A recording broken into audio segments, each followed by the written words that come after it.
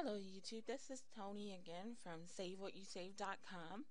Um, if you watched my first YouTube video, you would see the budget that I showed you all how to create.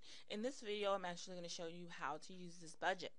Now, I did notice after I uploaded that video that there are several other budget videos on YouTube, and so I did not have a chance to go through all of them, and I apologize if this is a repetitive video. However, this is my personal budget that I created. I feel that it's more simple than a lot of other budgets out there, and so I do want to take the time to show you guys how to use it. Hopefully, it will be beneficial to someone. I have been using this budget for about 6 years now, since my husband and I got married and I first started to budget. Um, this is what I've been using, and I've stuck with it. So for the sake of this video, I'm going to create some imaginary figures here, and kind of show you how I go about budgeting income versus bills. Now, the point of my budget is not sort of a I know that some budgets are geared towards actually having you list things in a monthly perspective. The point of the way I do things is to separate the bills, because obviously, if you get paid every 2 weeks, you cannot pay all your bills um, at once, and the problem is that bills are due at different times during the month. I mean, I know that this is a difficult economic time, and a lot of people are complaining about bills, and so it's important to understand when budgeting that you cannot just get a bill and pay it when it's due, because that's going to be an issue. So you have to plan before your bills come. You have to plan to pay them. You have to have a plan. And so that's why I started creating a budget in the first place, because some bills are due in between pay dates, and so you're gonna find yourself in a jam if you've gotten paid, you've paid the bills that were due, may have been due at that time, and then another bill comes in the mail, and now you're wondering, okay, how do I pay this bill? And you don't want to dig into your savings, if you have a savings, to pay bills. And so, like I said, this is the way that I handle things. And so I did a little research online, to try to figure out what the average American makes, because I kind of want to be fair and make this sort of a real world scenario. And just some basic figures, is the average American, or the median American household, according to census, makes about $50,000 a year. So I'm going to go off of that, and I've created some sort of basic scenarios of what bills people may have. Um, and I've just put these figures in. I did not take the time to try to see if these balanced out. I mean, obviously, you should not be living beyond your means. And if you have some bills that are above and beyond what you make, you should probably cut some out. And I'll probably show you guys how I would do that. But just for the purpose of this, I've just thrown in some figures that may represent what the average American pays for mortgage, electric, gas, water. Obviously, depending on where you live in the United States, these things may be more for some people and less for other people. Um, car note, fuel. Um, this is fuel for, uh, I base this on every 2 weeks. Um, and then groceries every 2 weeks. These are going to be constant. The other bills are monthly. Okay, so now what I'm going to do is, um, taking an income dollars a year. Just give me a second here to try and figure out what that would be. 50,000 divided by, let's say you get paid every 2 weeks, 26 pay weeks. That's roughly $1,900. Now everybody knows you're not getting $1,900 back after you pay taxes and health insurance, if you have health insurance, and hopefully you do, and all the other lovely things that come out of your paychecks. I'm just gonna say, I'm not gonna try to figure out, but I'm just gonna assume that this 1900 will probably cut down to 1500. So forgive me if that's not accurate, but this is going to be a quick video. Okay, so we're just going to assume, for the sake of assumption, that you're just one person, okay, and you make $1,500 every 2 weeks. And now we're going to create a scenario, okay, And let's just assume you're going to try to pay all these bills at once. Copy this. Place it here.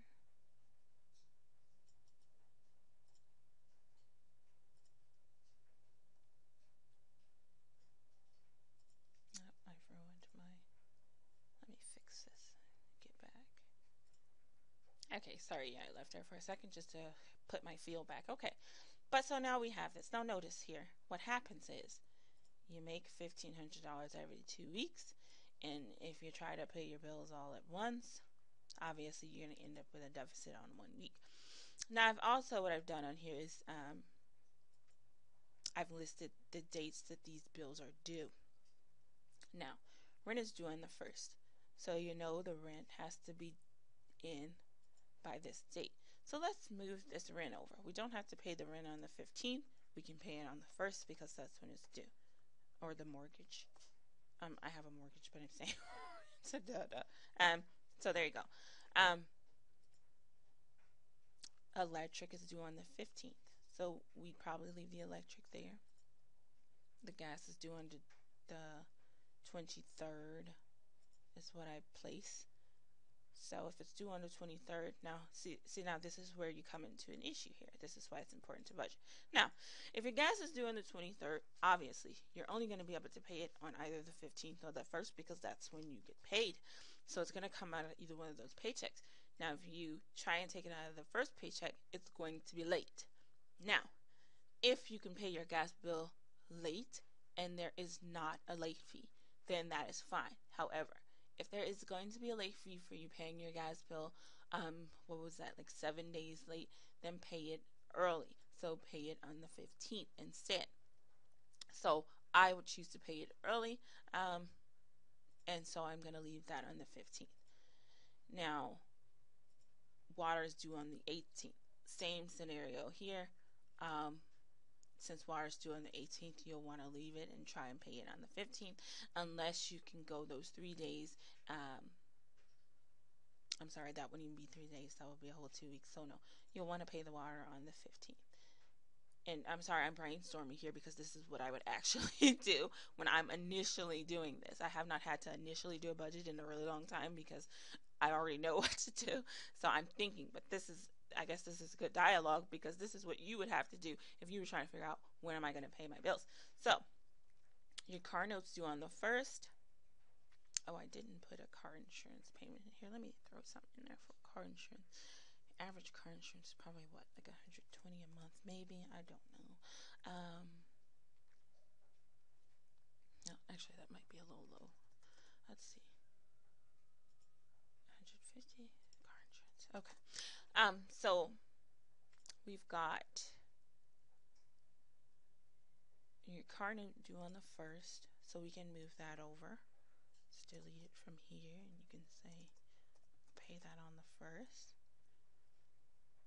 Your car insurance is due on the 15th, so you want to leave it there. This fuel number is how much you put in gas in your car every time you get paid, or during that 2-week period. So I'm just assuming that within a 2-week period, you probably put $100 of gas in your car. It may even be more since gas is so high now, but this is going to be constant.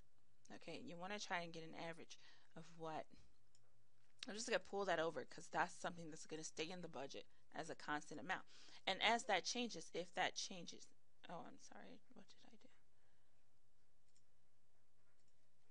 Okay, and if that changes, you'll want to update this on a weekly basis. And like I said, that's something that I'll show you. So that's constant. And then the cell phone bill, let's see what due date I put over here, the 8th. So it's due on the 8th.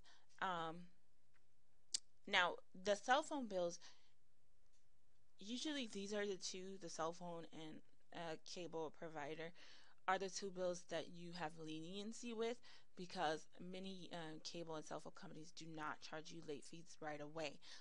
They usually give you several days to pay them before any late fee.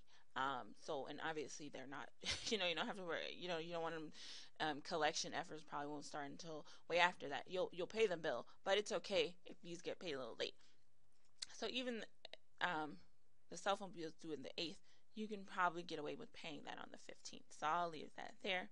And then cable bill's due on the 17th. And so since it's due on the 17th, you can't move this over to the 15th, to the 1st, because that'll make it too late. So you're going to have to leave it there and pay it early. Groceries are going to be a constant.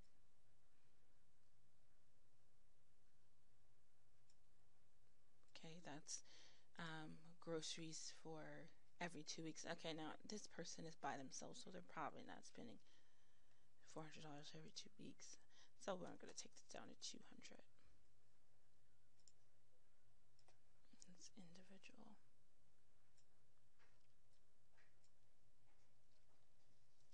And your student loans are, let's see, they're due on the 15th. Okay, so we'll leave that there.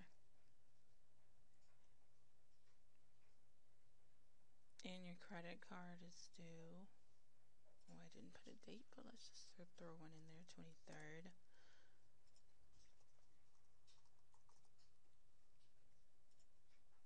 I do not recommend this. I do not have this a credit card payment on my particular budget. I do not recommend using credit cards and not paying them in full. I pay credit cards in full, and so I would never have a constant credit card payment. But that will be a discussion for another video, or you can get tips about that on my website, savewhatyousave.com.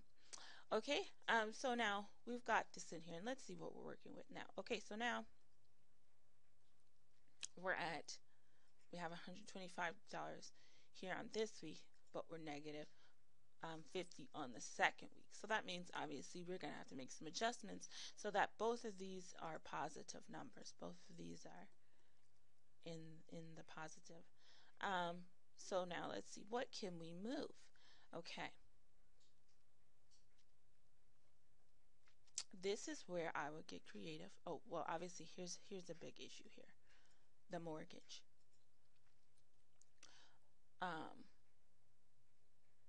We can move,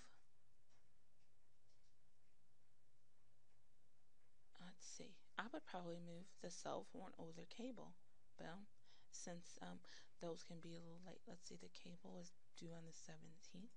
You can no doubt get away with paying this on the 1st. And what sometimes you'll have to do is you'll have to split the cost. So if you put it over here and take it from there, then you have a huge, oh, I'm sorry, I'm doing this backwards because we have something over here.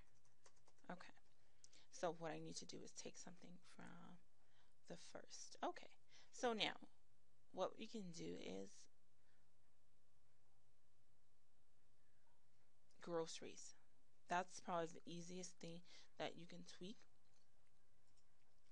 Only get let's see, $100 in groceries this week. And let's move this to, we'll just get some extra groceries that week. And like I said, you guys, this is imaginary figures here. I did not check this before I did it to try to see if these numbers balanced out or if this person was living beyond their means or not. I just took some imaginary figures and wanted to show you what I would do. And I guess, like I said, this would make it a real world scenario, because in this economy there are people who are living beyond their means, and so this is what you would have to do in order to create your budget. You'd have to try and figure out, what can I pay this week, what can I pay the next week. Okay, and so once again, like I said, this is how you would use this budget. This is how I use my budget. Very simple, very user friendly. So I hope that this little scenario that I made was not too confusing for you. I kind of wanted to wing it. Like I said, I didn't want to be fake and put some figures in there and everything matched up perfectly, because that's not everyone's real life. So this is my budget. This is how you use it, and I really hope that this was helpful to you. If it was, please stop by savewhatyousave.com for more tips on budgeting, savings, and as well as how to improve your credit. Thank you and have a good day.